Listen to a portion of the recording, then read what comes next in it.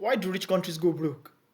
Have you ever wondered how a rich first world country like the United Kingdom can slowly slide into economic decline? Factories closed, jobs disappear. Once proud, rich industrial towns are left struggling.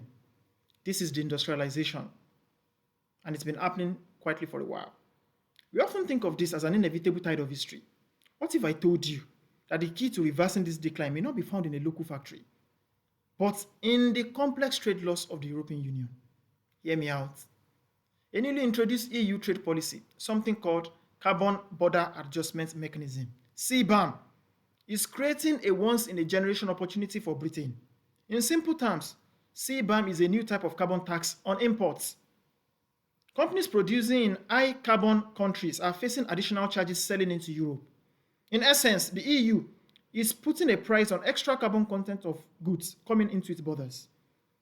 For a multinational company, this changes everything. Suddenly, where you build your factory or how green your energy is, it becomes more important than cheap labor. This exactly is where the UK comes in. This policy creates a crossroad. It could either wall the UK off its biggest market or be the very thing that lures global giants back to its shores. This policy could make the UK, with its green energy mix and proximity to the EU, a much more attractive destination to manufacture. But the question is how? To find answers, my research goes beyond policy theory. I am examining the impact of environment-related trade policy to identify the exact moment when a new green policy tips the scales, making a company choose to invest in sustainable technology in an existing UK site rather than taking their billions elsewhere.